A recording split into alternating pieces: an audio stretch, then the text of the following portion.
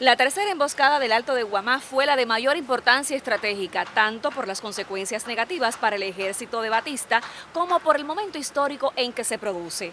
Del combate del Guamá, el 4 de noviembre de 1958, te propongo conocer hoy Baracoando.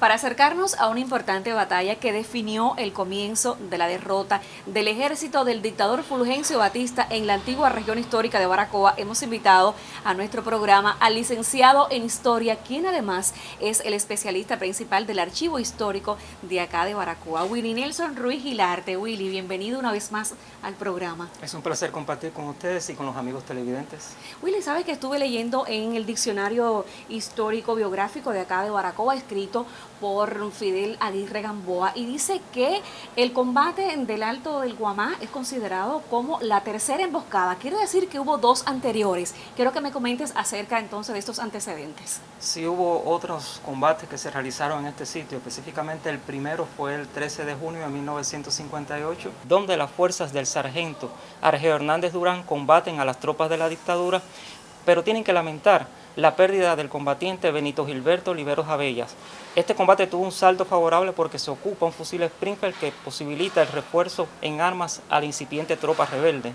El segundo combate, o sea, la segunda emboscada, tiene lugar el 10 de octubre de 1958, donde las fuerzas del primer teniente José Arnoldo Durán Brabec, conocido como Zapata, rechazan a las tropas de la dictadura en ese mismo sitio, causándoles 2 muertos y 3 heridos y ocupándoles 3 fusiles Springfield. ¿Por qué se afirma que este combate del 4 de noviembre de 1958 ocurre en un momento histórico significativo? O sea, este combate ocurre en un momento tan significativo porque dentro del contexto nacional, Batista había convocado elecciones el 3 de noviembre de 1958, pero por órdenes de la Comandancia General del Ejército Rebelde, dirigida por Fidel Castro, se habían cursado toda una serie de instrucciones a los distintos jefes de los frentes guerrilleros para obstaculizar el desempeño de estas elecciones. Es por ello que, en lo que corresponde al segundo Frente Oriental, Fran País García, el comandante Raúl Castro concibe la Operación Gancho, que tiene como propósito también realizar toda una serie de actividades y acciones combativas, dentro de las cuales estaba prevista la acción del Guamá. ¿Quién dirigió, Willy, esta tercera emboscada y qué fuerzas del ejército rebelde participaron en ella? Esta acción fue dirigida por el comandante Félix Lugerio Pena Díaz, quien era el jefe de la columna 18 Antonio López Fernández, y a su vez intervinieron en ella unidades de dicha columna, específicamente las compañías E. Ciro Frías Cabrera, dirigida por el capitán José Arias Sotomayor, quien era un veterano de la Sierra Maestra, y la compañía A, que operaba aquí en Baracoa y que tenía el nombre Manuel Simón Tames Guerra, dirigida específicamente por el capitán José Durán Brabec Zapata.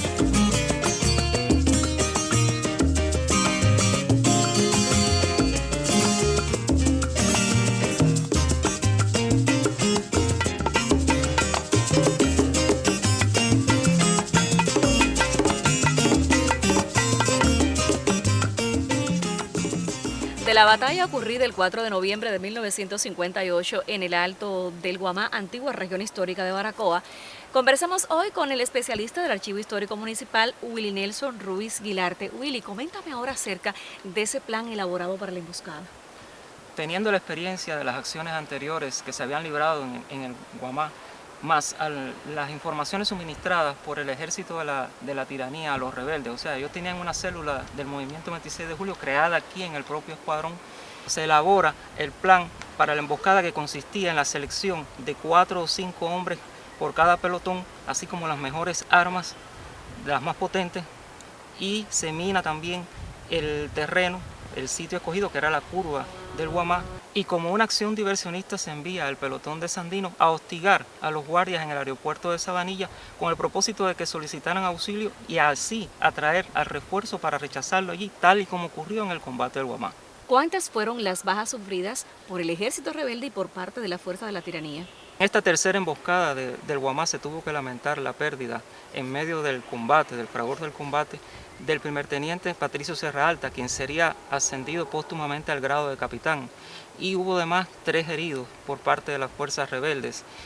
Y por la parte de la tiranía, de las fuerzas de la tiranía, según el parte que envía el comandante Pena al jefe del segundo Frente Oriental, Raúl Castro Ruz, se consignan 45 bajas, de ellos 22 muertos y entre heridos graves y leves 17 más 8 prisioneros. Pero en investigaciones posteriores, en el informe que se rinde por parte del jefe de la columna enemiga que combate en el Guamá, subteniente Andrés Sánchez Pérez, las bajas son más, se elevan hasta 60. En este combate pierden la vida los connotados asesinos Esteban Hernández Romero y René Tapia Padró y el cabo Dilberto Torres Duani. ¿Qué significación histórica tuvo entonces esta tercera emboscada conocida como el combate del Alto del Guamá el 4 de noviembre de 1958? Este combate tuvo una gran significación histórica, ya que fue una de las victorias más importantes libradas por la columna 18 hasta esos momentos, porque posibilitó la ocupación de armamento que permitió el refuerzo de esta columna, así como crear un pelotón móvil y también posibilitó, valga la redundancia, atacar y tomar posteriormente el cuartel de Inías, el último reducto que le quedaba a la tiranía entre Guantánamo y Baracoa. Desde el punto de vista político tuvo una gran repercusión, porque la tiranía no pudo ocultar estos hechos ante el pueblo de Baracoa, o sea que el pueblo se entera de lo que ocurre en el combate del Guamá y además contribuye a aumentar la seguridad del pueblo en el triunfo del ejército rebelde. De esta manera, mis ladies, ocurrieron así los hechos del 4 de noviembre de 1958 cuando se rechaza a esa columna enemiga que sale desde aquí del Escuadrón 17 allá en el Guamá. Bueno, muchísimas gracias entonces, Willy, por esta valiosa información.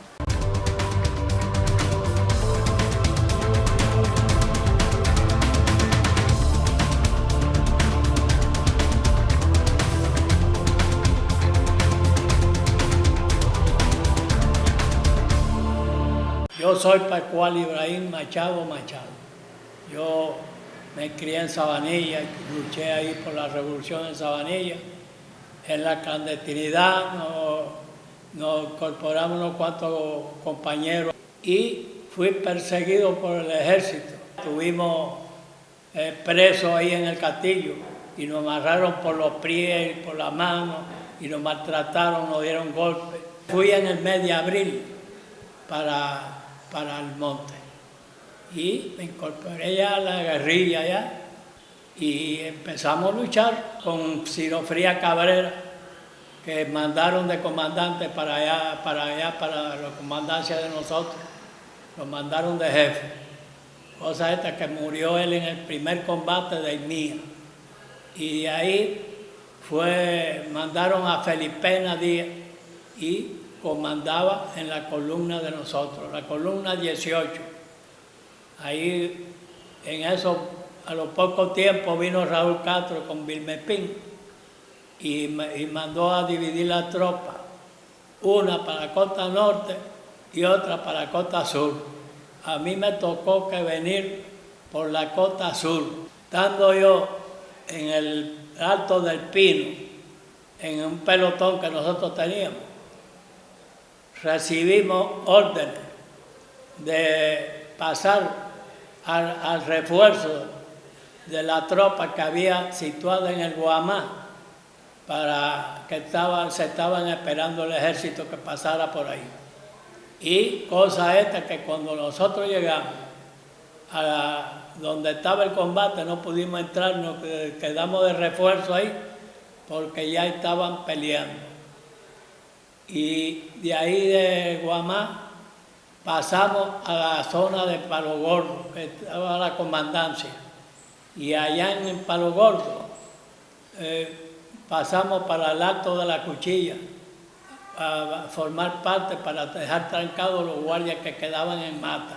La importancia que tuvo ese combate fue el jaque mate, como decimos, el jaque mate para ellos, porque se quedaron aislados totalmente en esta ciudad. No tenían aeropuerto, no tenían comunicación por el mar tampoco, porque todo estaba cerrado, nosotros lo teníamos cerrado. Y entonces se vieron obligados a retirarse de aquí.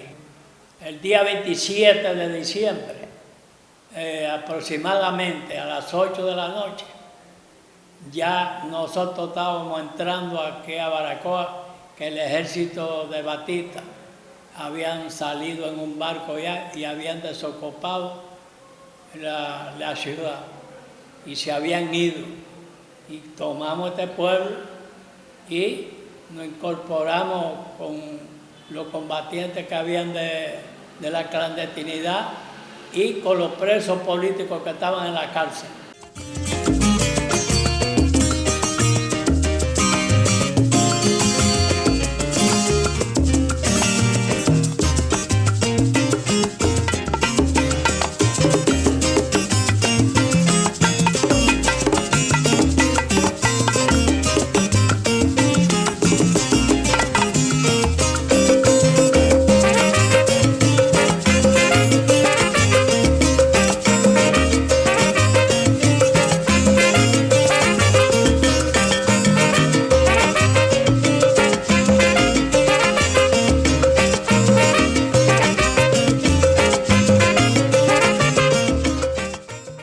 Hasta aquí este recorrido por otra de las sendas de nuestra historia local, el combate del Guamá, el 4 de noviembre de 1958. Nos volveremos a encontrar en una próxima cita para seguir baracoando.